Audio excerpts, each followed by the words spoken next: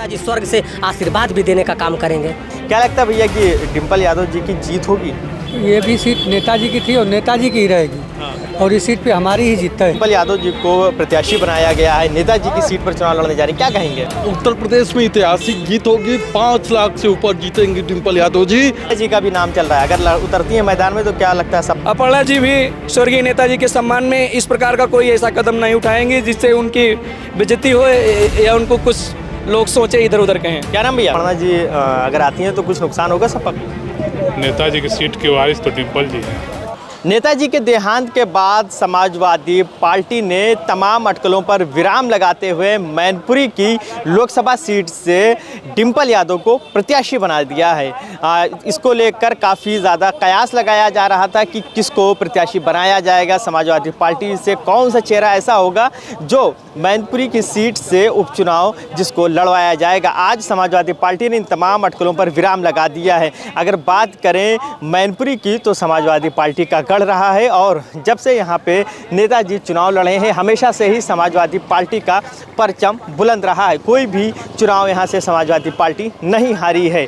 अब देखने वाली बात ये काफ़ी अहम होगी कि इस बार उपचुनाव में समाजवादी पार्टी को जीत मिलती है, अगर जीत मिलती है तो कितने वोटों से मिलती है। वहीं अगर हम बात करें मैनपुरी के अंतर्गत आने वाली विधानसभा सीटों की तो करहल से समाजवादी पार्टी के राष्ट्रीय अध्यक्ष अखिलेश यादव विधायक हैं, जसवंत नगर से शिवपाल सिंह यादव विधायक हैं। तो साफ तौर पे समाजवादी पार्टी ने कहीं ना कहीं डिम्पल यादव को जिस तरीके से प्रत्याशी बनाया है तो एक ये पूरा उनका जो समीकरण है और एक रणनीति का हिस्सा रहा है। अगर वोटर्स की बात करें तो यादव और शाक्य वोटर्स बड़ी संख्या में हैं। तो समाजवादी पार्टी के इस वक्त जो राष्ट्रीय अध्यक्ष हैं अखिलेश यादव, वो खुद यादव वोटर्स को पूरी तरीके से भुनाने में सफल होंगे, ऐसा सियासी पंडितों का कहा जा रहा है। वहीं अगर शाक्य वोटरों की बात करें तो शाक्य वोटरों को भुनाने के लिए कल ही समाजवादी पार्टी के द्वारा आलोक शाक्य को वहां का ज़िला अध्यक्ष बनाया गया है। फिलहाल समाजवादी पार्टी की तमाम इकाइयां हैं वो भंग थी, मगर आलोक शाक्य को ये वहां का अध्यक्ष बनाकर समाजवादी पार्टी ने शाक्य वोटों के समीकरण को सेट करने के लिए और उन वोटरों को कहीं ना कहीं लुभाने के लिए ये एक बड़ा कदम उठाया है। तो साफ तौर पे इस बार अब डिम्पल यादव को मैदान में उतारा गया है। वहीं अगर बात करें भारतीय जनता पार्टी की तो वो डिम्पल यादव के सामने अपर्णा यादव के नाम की चर्चा हो रही है कि वो मैदान में उतर सकती हैं। अब यदि अगर अपर्णा यादव मैदान में उतरती हैं तो उसका कितना असर होगा ये तो चुनाव में देखने को मिलेगा। नेताजी के देहांत के बाद मैनपुरी सीट से समाजवादी पार्टी ने डिम्पल यादव को प्रत्याशी बनाया है, जिसके बाद इस वक्त हम समाजवादी पार्टी कार्यालय के बाहर मौजूद हैं और अब यहाँ पे समाजवादी पार्टी के नेताओं कार्यकर्ताओं की भीड़ जुटना शुरू हो गई। हमारे साथ कुछ सपा के नेता और कार्यकर्ता हैं, उनसे बात करेंगे और जानने की कोशिश करेंगे कि डिम्पल यादव को सीट मिलने के बाद कार्यकर्ताओं में कितना जोश है। क्या नाम भैया? मैं अक्षय कुमार यादव, जनपद गाजीपुर से रहने वाला प्रदेश सचिव युवजन सभा हूँ। अक्षय जी, डिम्पल यादव जी को टिकट दिया, क्या सही फैसला है या कोई और कैंडिडेट होना चाहिए था? बहुत शानदार फैसला माननीय राष्ट्रीय अध्यक्ष जी का है। मैं सबसे पहले नेताजी को नमन करता हूं। यह चुनाव नेताजी की अनुपस्थिति में हो रहा है, इसलिए हम जैसे नौजवानों की और प्रेरणा, मतलब हम जैसे नौजवानों को और कुछ ऊर्जा मिल जाती है कि उस मैनपुरी सीट को, जो भारत की सबसे हार्ड सीट है, उसको अधिक से अधिक मतों से जिताने के लिए हम लोग अपने आप को वहाँ निछावर कर देने का काम करेंगे। अच्छा, नाम ये भी चल रहा है कि अपर्णा यादव को बीजेपी कैंडिडेट बना सकते हैं। अगर अपर्णा यादव उतरती है मैदान में तो क्या लगता है कि कुछ असर पड़ेगा? देखिए, बीजेपी किसको चुनाव वहाँ से किसको लड़ाना चाहती है, किसको नहीं लड़ाना चाहती है, हम लोग को उससे कोई लेना देना नहीं है। चाहे वो देश का कोई भी बड़ा नेता मैनपुरी से लड़े, वो 10,000 से पार भी अधिक मत नहीं पा पाएगा। वहाँ माननीय धरतीपुत्र नेताजी की सरजमी है और भारत का एक इतिहास ये चुनाव उपचुनाव होने जा रहा है। नेताजी की अनुपस्थिति में नेताजी स्वर्ग से आशीर्वाद भी देने का काम करेंगे, ऐसी कोई बात नहीं है। बीजेपी हम लोग को चुनाव में कुछ नहीं कर सकती वहाँ पे। कुछ और भी लोगों से बात कर लेते हैं। क्या लगता है भैया कि डिम्पल यादव जी की जीत होगी? जी एकदम जीत होगी। हम लोग तो गाजीपुर जिले से आए हैं, अभी राष्ट्रीय अध्यक्ष जी से मुलाकात भी हुई है और जैसा निर्देश होगा हम लोग प्रचार के लिए वहाँ भी जाने के लिए तैयार हैं और हम लोग यही कामना कर रहे हैं नेताजी के जाने के बाद ये भी सीट नेताजी की थी और नेताजी की ही रहेगी और इस सीट पे हमारी ही जीत है।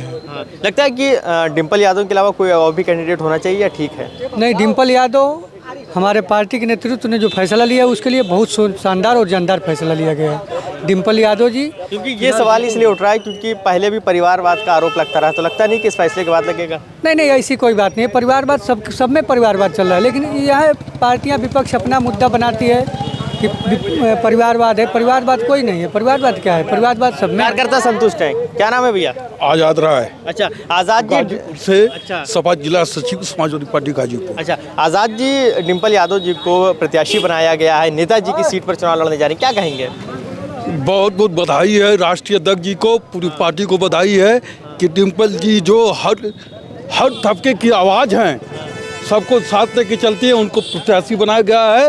उत्तर प्रदेश में ऐतिहासिक जीत होगी, 5 लाख से ऊपर जीतेंगी डिम्पल यादव जी। सदन में जाकर सबका जो नेतृत्व करेंगी और गरीब मजदूर दलित की आवाज़ को उठाकर जो दिखा देंगे कि ये समाजवादी पार्टी के जो है विचार है।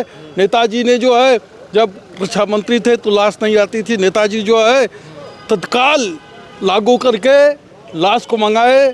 उसके बाद जो है 10 लाख रुपया गैस एजेंसी, नेताजी ने काम किया है महिलाओं के लिए, देश के लिए। नेताजी डिम्पल यादव जी भी करेंगे? डिम्पल यादव जी हर वर्ग के लिए काम करेंगे। ठीक है, क्या नाम भैया?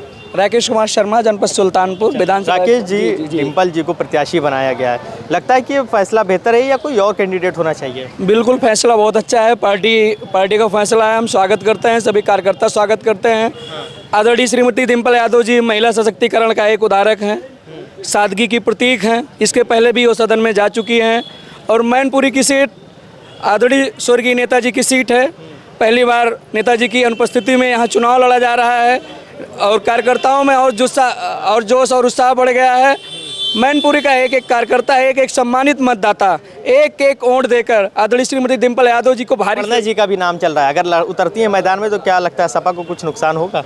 बिल्कुल नुकसान नहीं होगा, क्योंकि अपर्णा जी भी स्वर्गीय नेताजी के सम्मान में इस प्रकार का कोई ऐसा कदम नहीं उठाएंगे जिससे उनकी बेइज्जती हो या उनको कुछ लोग सोचे इधर उधर कहें। क्या नाम भैया?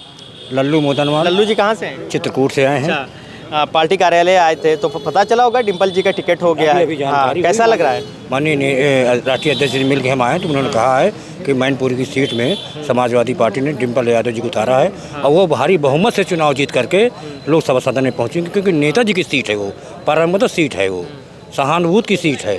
समाजवादी। अच्छा, शिवपाल यादव को भी दिया जा सकता था? नहीं, समाजवादी पार्टी का जो निर्णय है वो हमें स्वीकार है।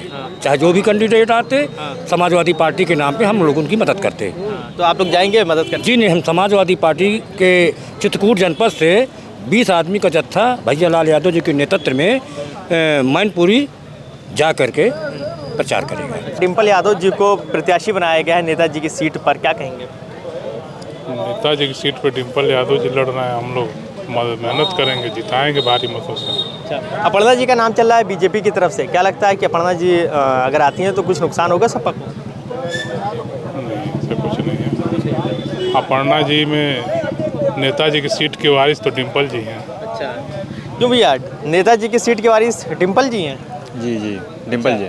तो एक बार ऐसा लगता नहीं कि फिर से परिवारवाद वाली बात उठेगी? नहीं, ऐसी कोई बात नहीं है।